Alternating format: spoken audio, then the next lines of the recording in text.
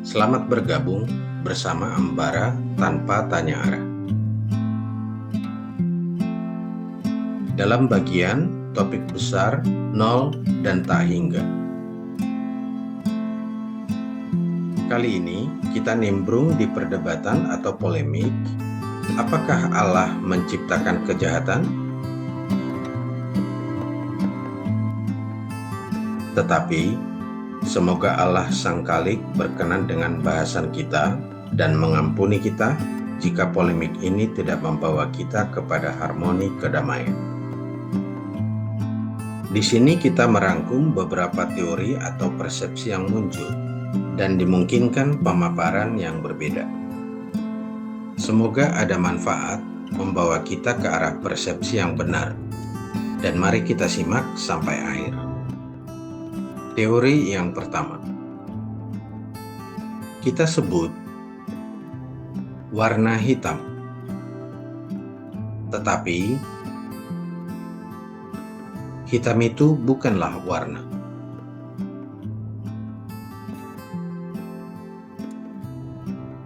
Pikiranku pun bertanya, apakah Allah menciptakan segala sesuatu yang ada? Dan menjawab, iya, tentu saja. Tafsir, persepsi, dan asumsiku muncul. Jika Allah menciptakan segala sesuatu, berarti Allah juga menciptakan kejahatan. Hening, lama. Lalu kuambil waktu merenung dan membaca persepsi dan tafsir yang masih polemik. Konon diajukan para pemikir dan filsuf juga. Lalu berusaha menyerap teori ini dengan kasus pembanding. Dingin. Apakah dingin itu ada? Tidak. Dingin itu sebenarnya tidak ada. Menurut hukum fisika, yang kita anggap dingin itu adalah ketiadaan panas.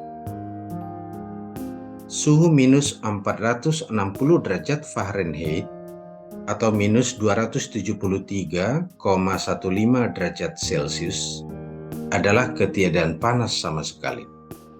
Semua partikel menjadi diam, tidak bisa bereaksi pada suhu ini. Kita menciptakan kata dingin untuk mengungkapkan ketiadaan panas. 0 Kelvin atau minus 273,15 derajat Celcius didefinisikan sebagai nol mutlak. Secara teori, nol mutlak atau nol absolut atau absolute zero adalah suhu terendah yang mungkin terjadi. Pada suhu nol mutlak ini, molekul tidak bergerak relatif terhadap molekul lain secara keseluruhan. Berdasarkan kesepakatan internasional, nol mutlak didefinisikan sebagai temperatur nol pada skala Kelvin dan minus 273,15 derajat pada skala Celcius. Nilai ini sama dengan minus 459,67 derajat pada skala Fahrenheit dan 0 derajat pada skala Rankine. Kemudian, gelap. Apakah gelap itu ada? Tidak. Gelap itu sebenarnya tidak ada. Gelap adalah keadaan di mana tiada cahaya. Cahaya bisa kita pelajari, sedangkan gelap tidak bisa. Kita bisa menggunakan prisma Newton untuk mengurai cahaya menjadi beberapa warna dan mempelajari panjang gelombang setiap warna.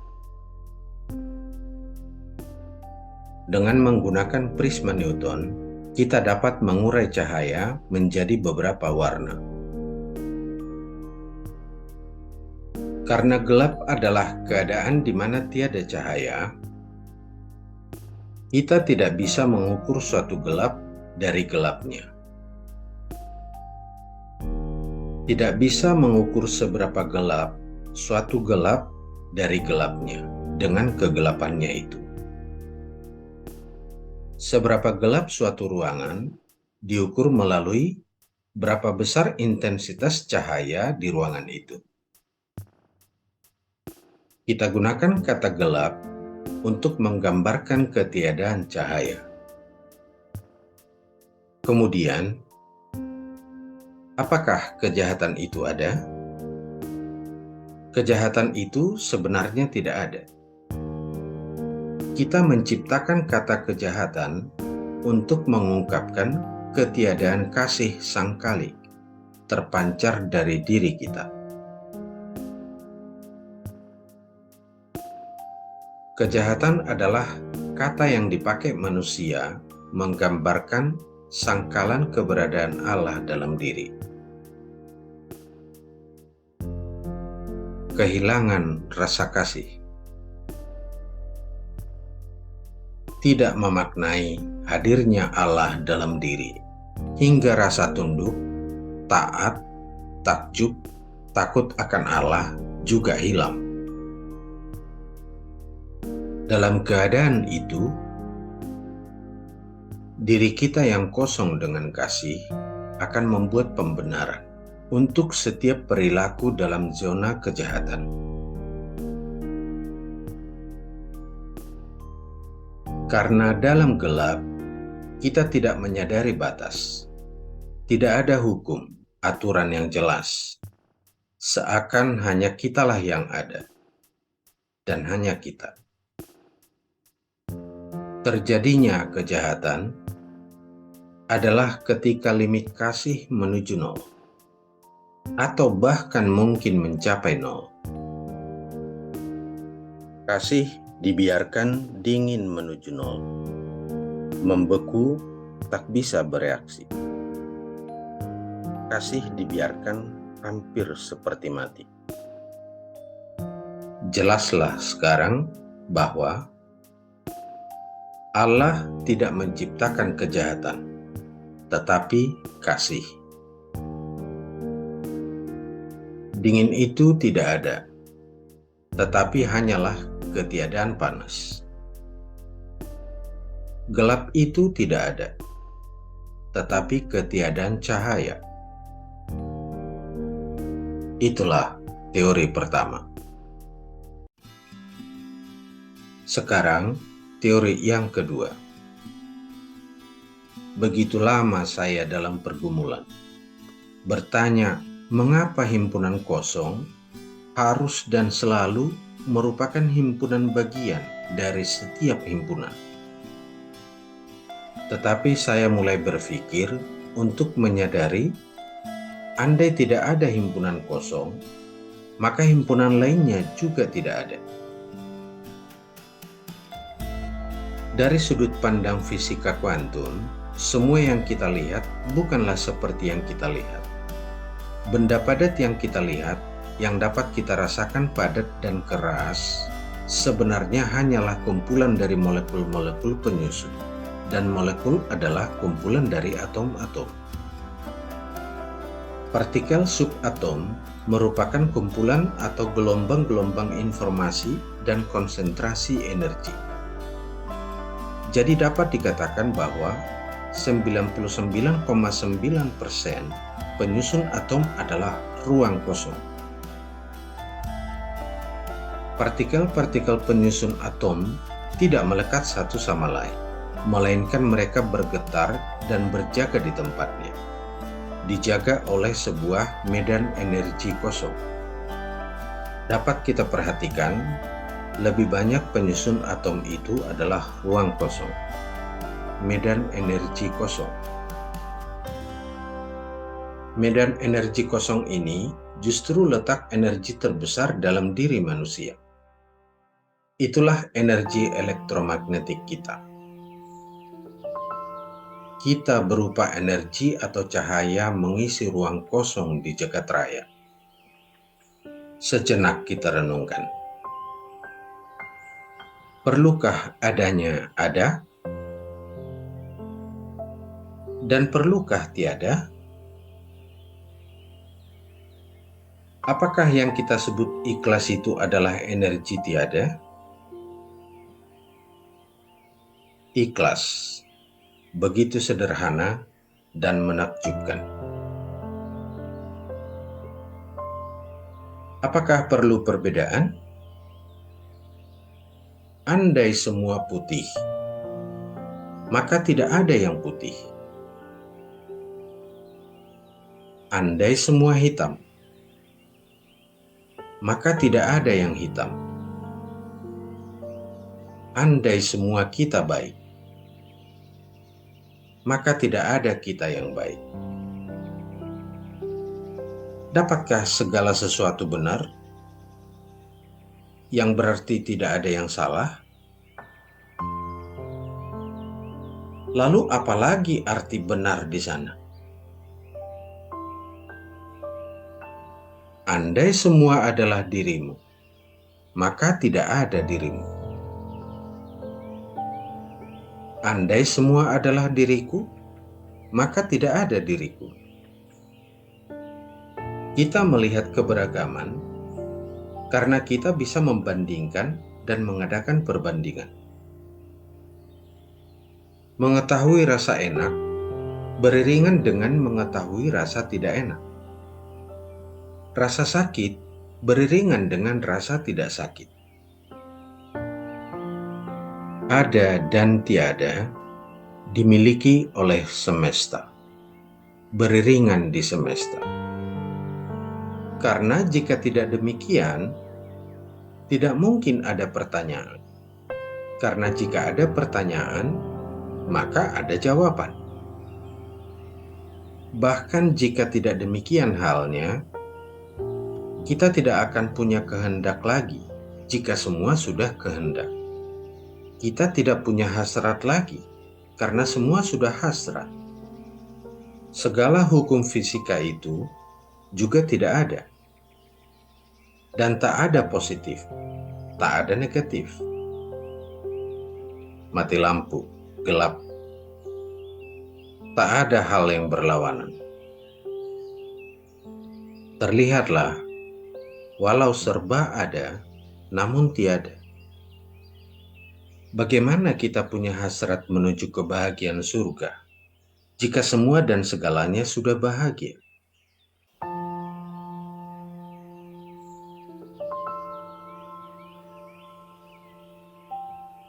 Kita punya hasrat untuk bahagia, karena kita pernah dan mengerti rasa tidak bahagia.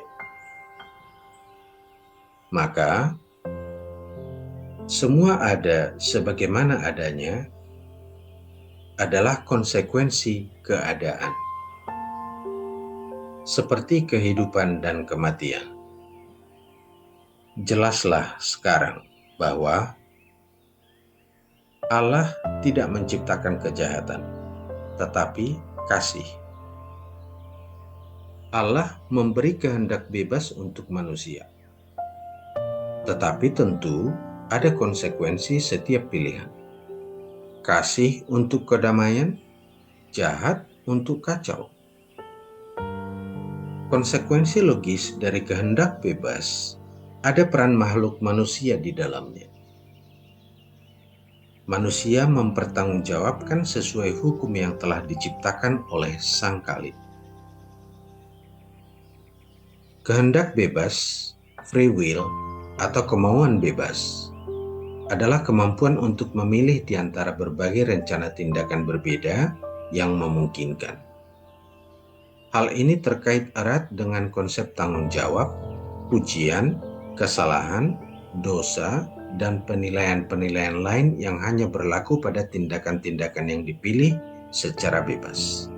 Selain itu juga berhubungan dengan konsep nasihat, persuasi, pertimbangan, dan larangan. Biasanya hanya tindakan-tindakan yang dikehendaki secara bebas yang dipandang layak untuk dibenarkan atau dipersalahkan. Teori yang ketiga. Dalam agama Samawi, Yahudi, Kristen, Islam, tentang awal mulanya penciptaan langit dan bumi. Allah memisahkan terang dan gelap. Allah tidak memusnahkan gelap atau meniadakan gelap. Saat terang dan gelap terpisah, dapatlah dibandingkan mana terang dan mana gelap. Allah menciptakan hukum aturan dengan kemahakuasaannya.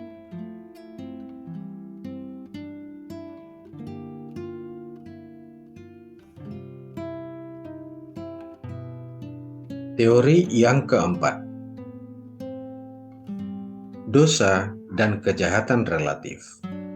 Perbuatan yang dianggap tidak baik atau bahkan dianggap jahat pada suatu tempat bisa saja berupa bukan kejahatan di tempat lain. Memaknai kasih pada suatu tempat mungkin berbeda dengan tempat lain.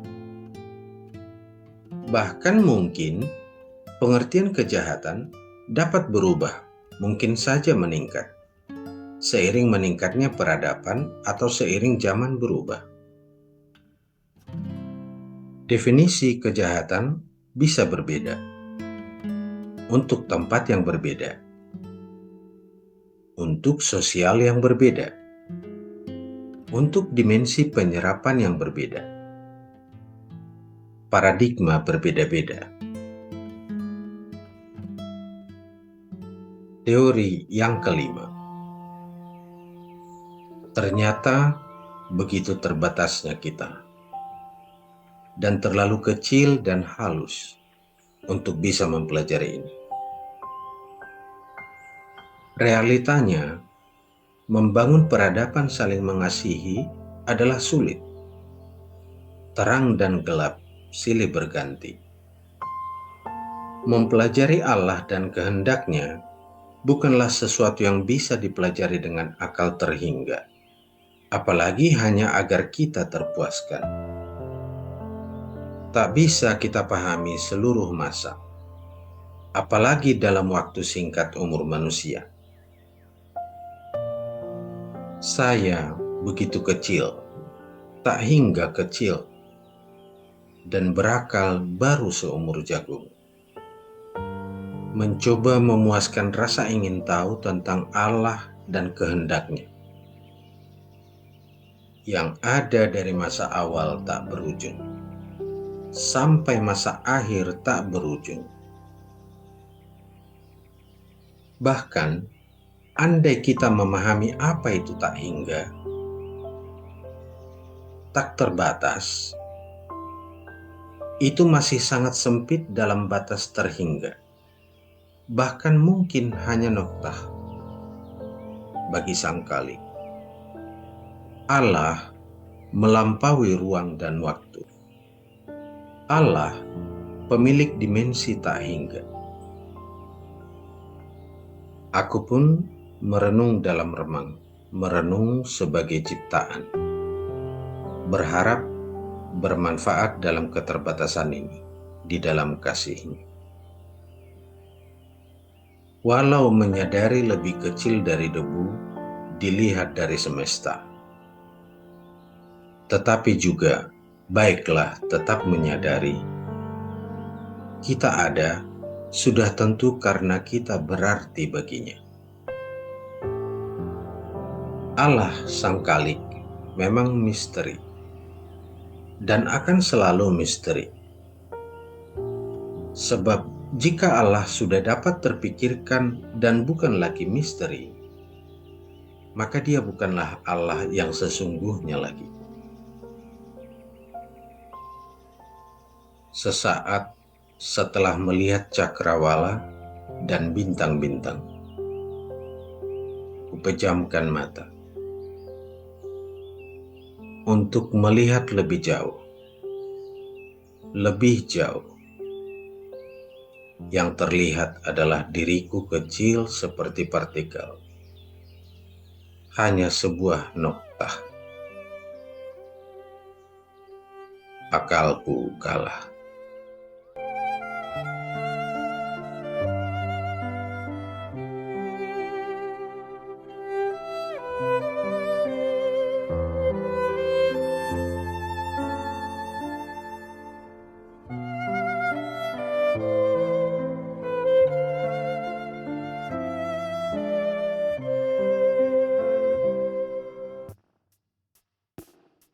Intermezzo.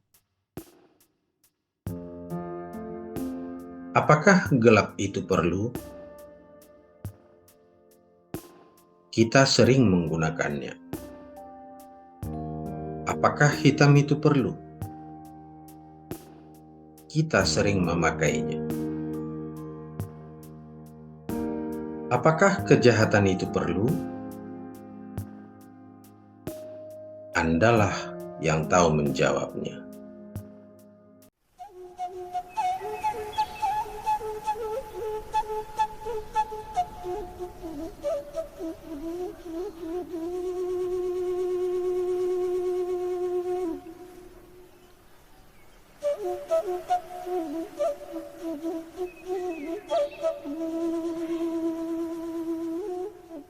Sebelum meninggalkan tempat ini, saya mau bertanya untuk kita, paling tidak untuk isi kolom komentar.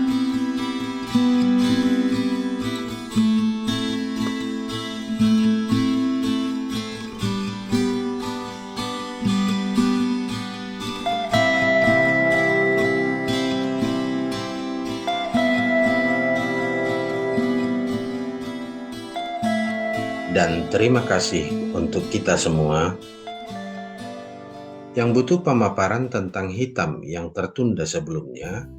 Boleh melanjutkan di sini sejenak, melemaskan saraf, mengumpulkan semangat, menyerap amanat.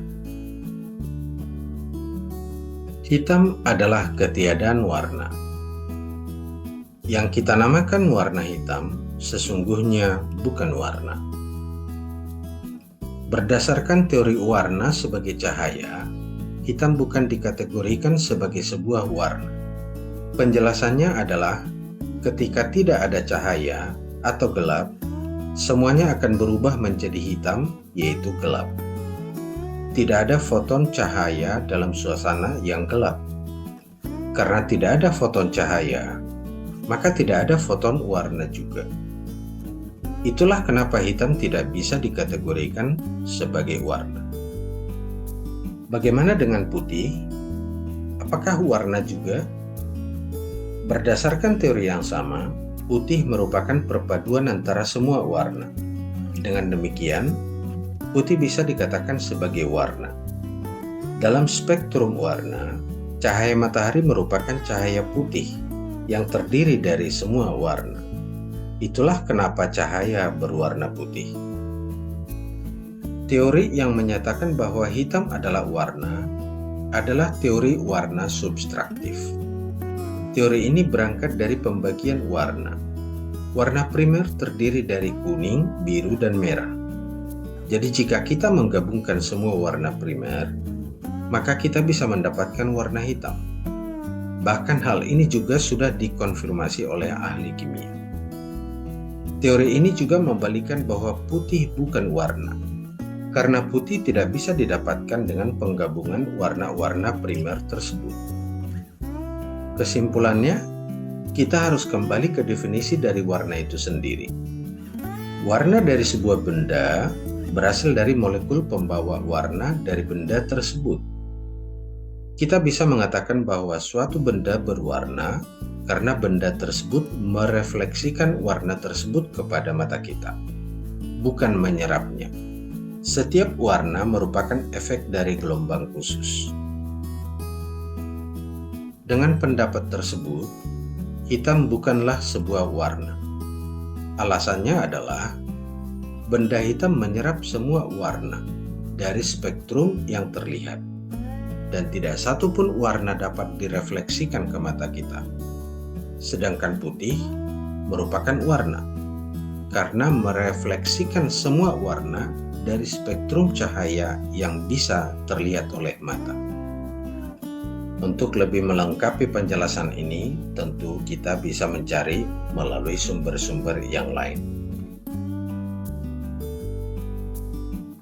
Dan cukup sekian, terima kasih, sampai jumpa.